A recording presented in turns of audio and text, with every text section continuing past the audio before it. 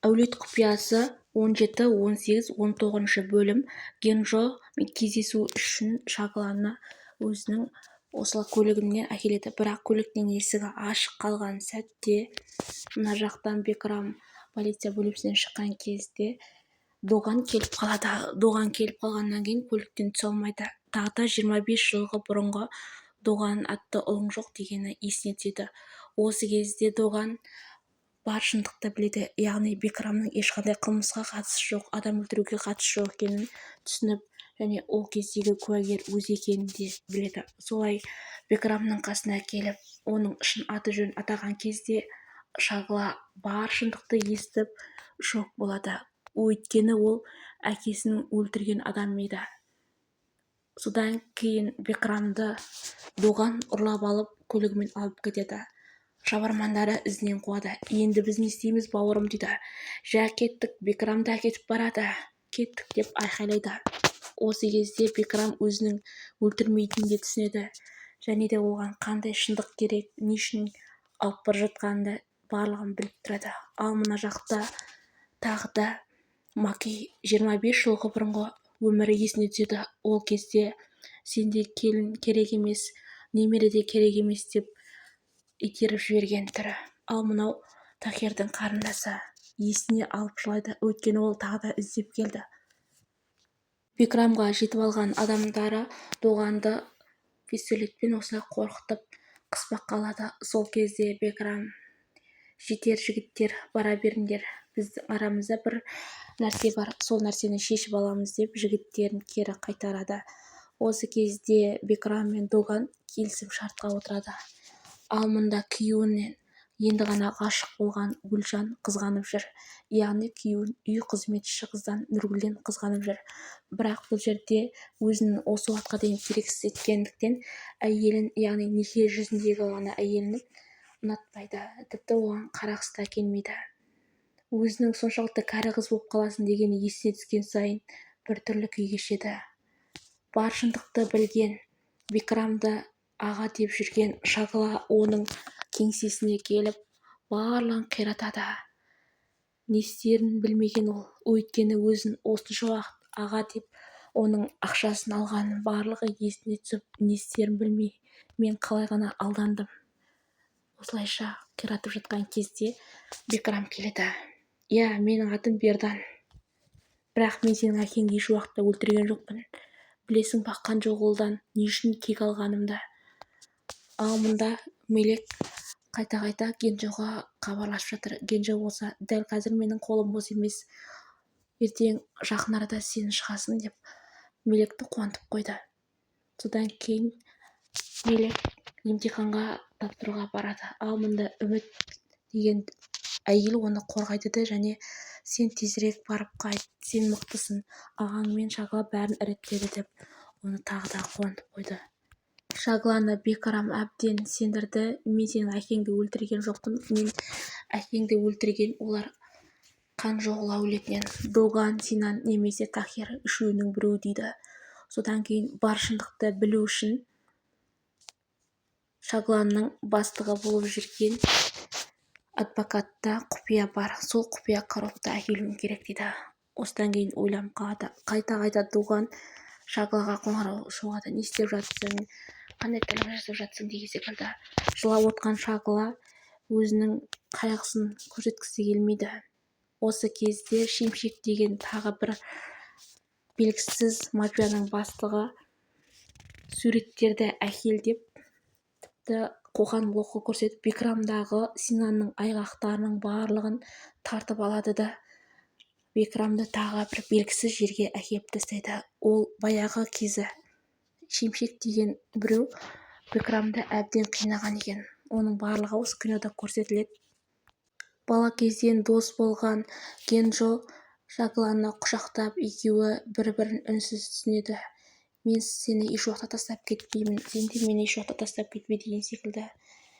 Осылай екеуі бала кездегі ойларын осынша уақыт бойы Бекрамның өзін қалай асырағанын барлығын айтып, бір-бірімен мұңын бөлісіп жатыр.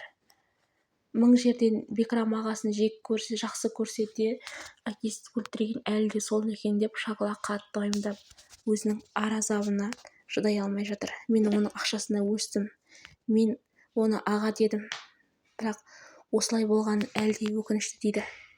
Доған тәтесінен көмек сұрап жатыр. Сен Илмаздың жинаған қораптарын білесің ғой, оның ішінде жазықсыз 17 жыл бұрынғы өлтірілген барлық құпиясын білесің, айтшы қай жерде тұр деп, бірақ айтпайды. 20 жыл бұрынғы тағы да көрсетеді. Бұл жерде Бикрамның жас кезі. Осы жас кезде Бикрам өте талантты әнші болғаны көрсетіледі. Ән айтып тұрса да бұны өте қинайды, арқасына ыстық шоқпен шемшек деген біреу таңба салады. Солайша Бикрамның сонша төзімділігін сынап, Бикрамның осынша уақыт бойы бай болып жүргені көрсетіледі. Ал бұл жерде өзінің мысығын өлтірілген екен. Ендігі жолы тапсырманы дұрыс орындамасаң, Макидің басына келіп осы қораптан көретін боласың деп тағы да қоқан-лоққы жасайды. Бикрам жынданып кетеді. Өйткені әлсіз дәрменсіз, ол шемшекті еш уақытта жеңе алмайтынын түсінді. Емтихан тапсыруға Мелек түрмеден арнайы сарбаздармен келеді. Барлығы Мелекті жек көреді, тіпті өзінің ұстазына дейін жек көреді. Сенің кесірінен шашым көбейіп кетті дейді. Тіпті группаластары қарамайды. 9 жыл бойы оқыған группаластарынан естіген Мелек қатты қайғырып, кетем, маған бұл оқу керек емес, маған бәрі қылмыскердей қарайды деп ағасына шағымданып жылайды.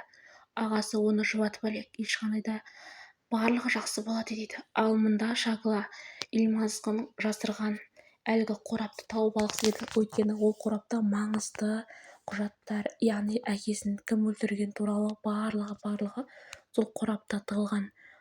Ол Илмаздың адвокат әкесінен қалған екен. Сол үшін де Илмаз қызғыштай қориды. Синан болса өзінің осы компанияның бастығы ретінде көрсету үшін жұмысшыларына бірнеше әңгімелер айтып жатыр. Солай келеді де інісіне, мен енді сол компанияның бастығым ғой, тіпті өз-өзіңмен айтшы деп жалынады. Доған бірден келіседі, аға, сен осы әулеттің басшысың, бұл компания маған мүлде керек емес, сен барлығын басқарасың дейді. Синан болса қуанып кетеді. Енді өзін бай әрі басшы ретінде көрсеткісі қалайды. Ал мұнда інісіне, қашан сен адам боласың, сен де өзіңді көрсет, ең болмаса пайдасы бар адам екеніңді көрсет деп інісін үнемі қорлайды. Алтынға, яғни әйеліне, тіпті өзінің әлі де бопсалап жүрген, Бикрамның бопсалап жүрген айтады, оған көлікті де бере сал дейді. Өйткені барлық айғақтар Бикрамның қолында екен. Синан да білетін, сол үшін де осылай болды. Маки болса Синанның үйін іздеп, оның зәулім үйіне келе жатыр. Әлде басы қатып жүрген Шагала қораптарды тауып алды. Әрине туған екеуі. Ал мұнда күйеуін қызғанып жүрген Гүлжан оның басқан ізін аңдып жүр. Тіпті күйеуіне ұнау үшін кішкене сәнденіп, косметика мен бояу жағып, күйеуінің қасына келеді. Бірақ күйеуі еш уақытта Гүлжанға назар аударған емес. Әкесінің қасына келген Синан өзінің басшы болған осы әулетті енді уақытта басқаратынын айтып, жаңалығын бөлісуде. Күйеуі қарамағандықтан Гүлжан ол Сепаны ұрып жібереді, сосын жарақаттайды да жылап шығады. Барлығы не болды, не жағдай дейді, бірақ Гүлжан ұялғанын айтпайды. Сепаның маңдайындағы қанды көргеннен кейін барлығы түсінікті. Доған мен Шагала әзер дегенде әлгі құжаттарды тапқан секілді, бірақ таппайды. Барлық құжаттарды таңға дейін ақтарады. Содан кейін ең соңында ғана тауып алады, бірақ оған дейін бұларды қуып жүрген күзетшілер де келіп қалады. Таңға дейін екеуінің арасында өте керемет әңгімелер болады, бір-бірін түсініседі. Өздерінің қаншалықты өмір сүргені, қандай жағдайда болған барлығын бір-біріне жасырмай айтып жатыр. Басшы болғанына әлде сене алмай жүрген Синан өзіне кофе алдыртып, енді ғана рахаттанып, енді мен осы әулеттің бастығымын деп жатқан кезде оған қоңырау шалып, сыртта бір әйел Синанды шақырып тұрғанын айтады. Сыртқа қараса, ол әрине ескі махаббаты Маки еді. Шын аты Макинұр, Шагаланың туған әпкесі. Макиді көріп есі кеткен Синан не айтарын білмейді. Ал Макейдің үнемі соңынан аңдып жүрген әдеттегі Бекрам: «Менің өмірімнің мәні» дейді. «Сен неге Синанға келдің? Қайт деп мында өз-өзімен сөйлесіп тұр. Синанға неге жүгіріп бардың?» дейді.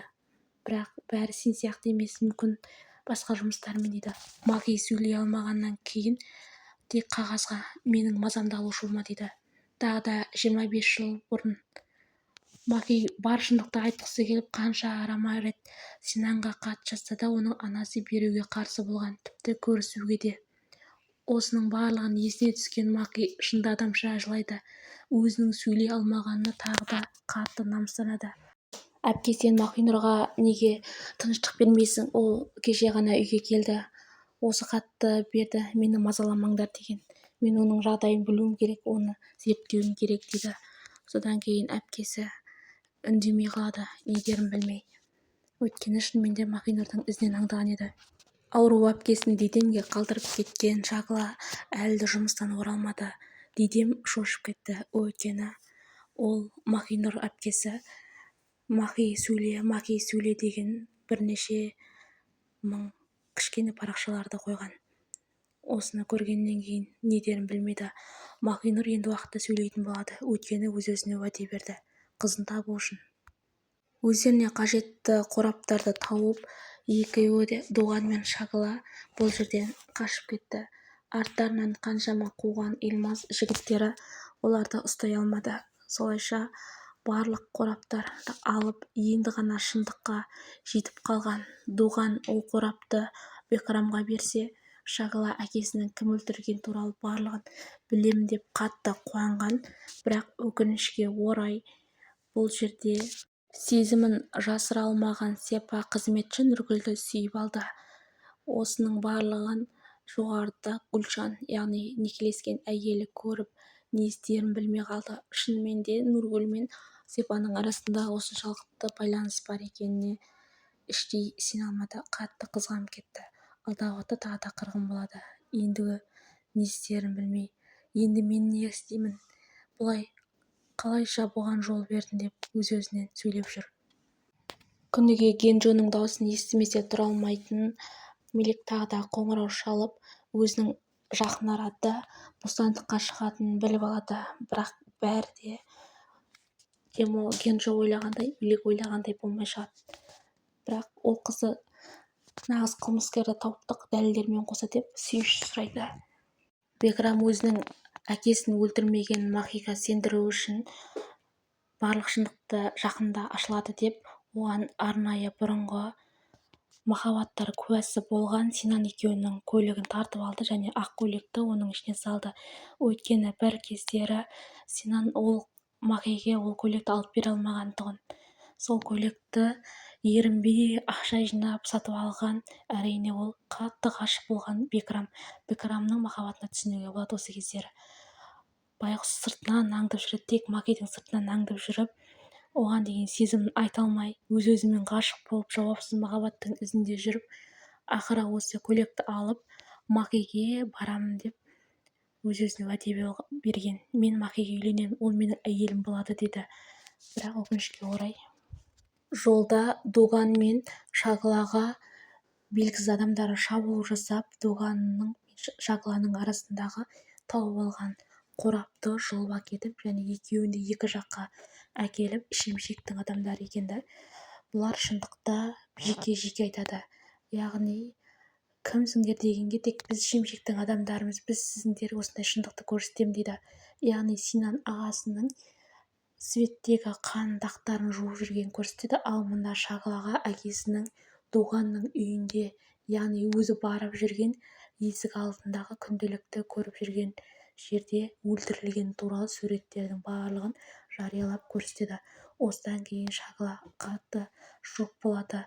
Ол өйткені осы семьяға күнделікті аяқ басып барып жүрген жерінде әкесінің өліп жатқан денесін алғаш рет көреді. Билік үшін әкесінің өзі өлтіріп, және ол күнәні Мелекке жапқан Синан ағасы екенін білген Дуған қатты ашуланады. Ендігі бөлімде не істейтінін, қандай жағдай болатынын мен сіздерге тағы да керемет түрде баяндап, қысқаша шолу етіп беремін. Арнамнан алыстап кетпеңіздер, лайк басып қолдап кетіңіздер. Рахмет.